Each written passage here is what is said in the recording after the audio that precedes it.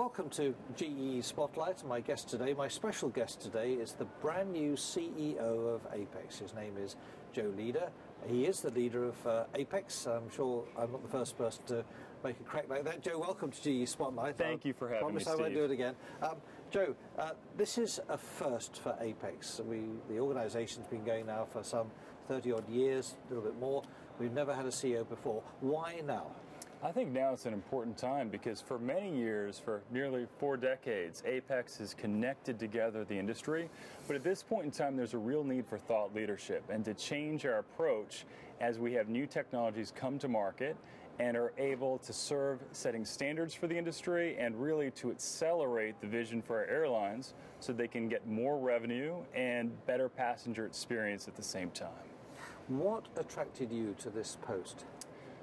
I've known of Apex for quite some time, and I've always thought of it as the quiet company of aviation associations.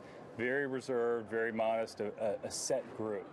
I saw what Apex desired in moving forward is to make a much more impactful approach upon the industry. Mm-hmm. They want to not only work with airlines and with their suppliers to set standards, but more importantly, to accelerate the rate of adoption across our industry. I think that people have grown to expect, as you hold a tablet right now from a particular company in your hands, that's the speed at which we need to be evolving for our passengers in terms of passenger experience. They don't expect things to remain static for 5 years at a time. They expect for them to be constantly evolving.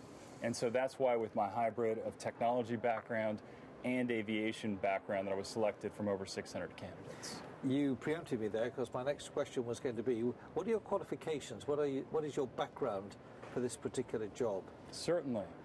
From the beginning of my career, I took what I would say opportunities to advance the industry. So I started off on the technology side.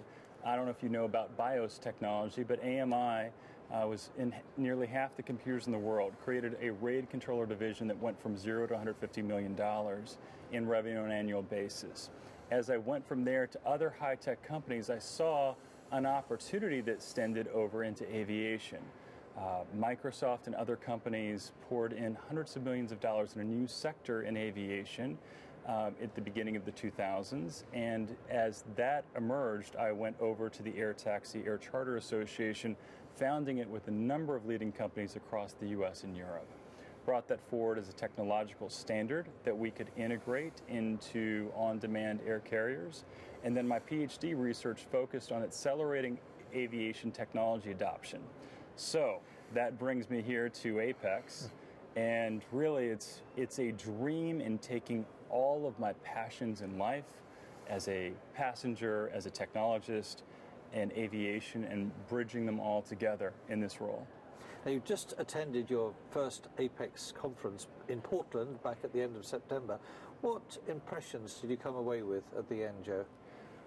It's remarkable to see. Normally with an association, you don't see a trade event where there's a level of connectivity and genuine love between the members as if it's a community. Apex is quite unique in that.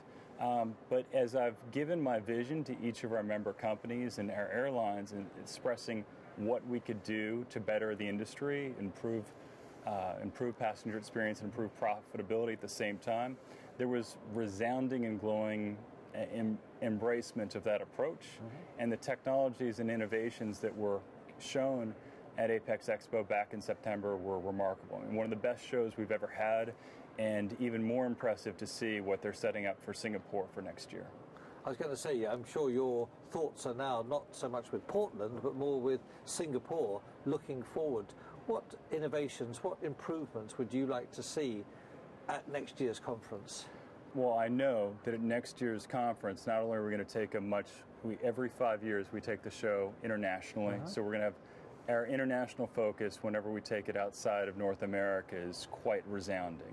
But more than that, we're going to see some leading technology companies in play that we have not seen in our industry quite as much before.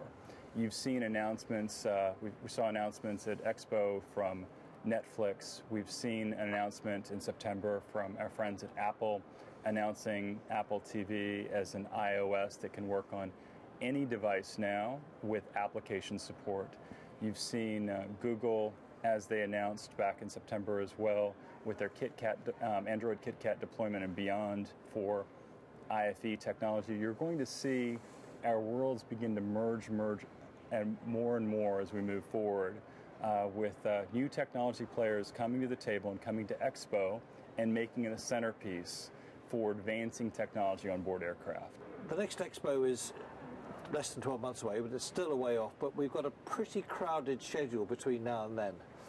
Yes, we do. We're actually beginning with our first event in Singapore, our educational event, that we moved back by a couple of weeks because we wanted to do it alongside FT Asia and their event. We did that in service to our airlines and to our members so that we're able to have two events instead of making their teams go across to Asia twice. So our educational session will teach airlines how to maximize their ancillary revenue in servicing their passenger and giving them what they want.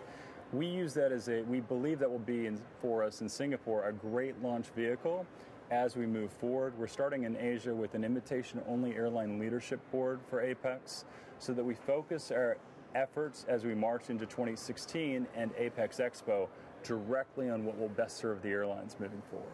And looking ahead to 2016 itself, the multimedia market, again, it's a sold-out event. That's going to be in where? That's going to be in Istanbul, Turkey, and we're very much looking forward to hosting our sold-out event. You're absolutely correct in that the response that we get each year as we do the multimedia event is overwhelming. We're working to accommodate all the attendees as best possible, and we're really honored by the amount of presence and participation across the industry. I got very much the impression on meeting you that you're anxious to jump in at the deep end to really get cracking with this association. What right now are your priorities? Initial priorities as I march forward are to push forward technology and education as our two primary factors that can change what happens in our industry. Airlines, as I've spoken with them, are starved in ways how they can not only better serve their passengers, which we can help educate them on best practices, but more importantly on how they can make money in the course of doing it. So it's a very helpful dual-sided approach.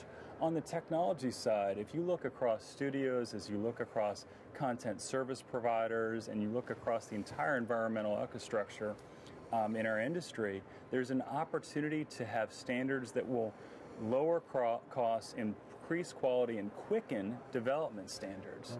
An example of this right now is that for hardware to be put on board aircraft, you have a variety of governmental standards that have to be made, but also would it be possible for Apex to take from all the major studios, from all the major players, their requirements and to make it an Apex certification standard labs? I think that's an excellent area to investigate with our partners so that we're able to make our world move a bit faster as it should. So just as that device in your lap moves forward very quickly, we will as well moving forward. Now, forgive me for asking this, Joe, but I know this is, I'm sure, at the forefront of many of our members. Employing you, your salary, your expenses flying around the world, it's going to be a major expense. Is the organisation, is our association going to have to dip into its reserves to fund this? Not at all. I was the only candidate out of the over 600 that guaranteed that it would pay for myself in terms of what I'm able to bring back to the association. I'm happy to report as of this date, I'm already exceeding that in terms of what I've been able to bring in additional revenue to the association. Wow, that's an impressive claim. Can you back it up? Oh yes, because their finances are publicly available and readily available, so that will be readily backed up. I think one of the things that we covered, and this is one of the key metrics that I look forward to keeping an eye on moving forward, as we covered at our general meeting, what was expected for this year prior to my joining and what is expected for next year. I think you're going to see the picture get better and better as we move along, because the value that I intend to deliver to the association, I believe that anything of worth should far exceed what it brings to the table. So for our members, what I am going to put forward is going to be providing more and more value to each one of our members and to each one of our airlines. For myself, I believe that holds true to the association. So what I bring forward for the industry and for Apex. I'm going to make sure that I constantly am exceeding the expectation. Now, up until now, the person who we, I suppose, regarded as our nominal leader in this association has always been the president of Apex. This year it's Alfie. Yes. What's your relationship going to be like with the president and the rest of the members of the board? How's that going to work in practice, Joe? That's a great question. So in my first month, what I did is I made sure that I had one-on-ones with every board member, that I interactively told the board on a weekly basis what we were doing, because we're moving forward now at a much quicker pace than we have in the past. So I'm doing detailed weekly reports so that we have kind of a parity check to make sure that the initiatives that I'm pushing forward best serve all of our members, best serve the board, and are in alignment. It's not an individual coming on board and saying, oh, I'm going off and doing this and I'll tell you about it later. So I'm doing that on a consistent basis, but in the process with the board, we're also having a dialogue, making sure that I am constantly communicating in our quarterly meetings. Here's where we've gone to in the past quarter. Here's where we're going to moving forward. I think it'll quicken our process. One of the things I've heard from members as I've talked with them is they like the fact that there's now a full-time CEO that doesn't have another day job as Alfie does as president. He has to serve Virgin America first. That's the right thing for him to do. Now, this is what I do day in, day out, and in my meetings across the U.S. and Europe and Asia and elsewhere, I'll continue to do so.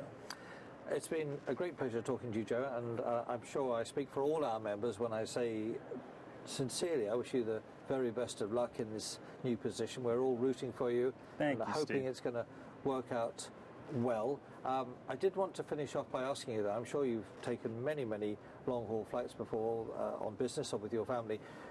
Now that you're the new CEO of Apex, you're going to take those flights, you're going to have a new appreciation of all the hard work that goes into putting those movies on the seatback screen and connecting you so that you can do your emails while you're traveling. Yes, I have a deep appreciation, and just to let you know about me, I mean, I like to say I'm not just the CEO of Apex, I've been a long-time customer, in that I've traveled over 10 million miles, I've been to over 100 countries, I have utilized products from nearly every flag carrier that has flights in and out of my home city, and I'll be doing more. But in doing so, I have a deep appreciation at every step of the way at what it takes to provide outstanding passenger experience, and I look forward to continuing that. I won't slow down. My personal love of travel will continue even in this new role. Joe, great talking to you. Thank Steve, you very much indeed. Thank you so much. Good.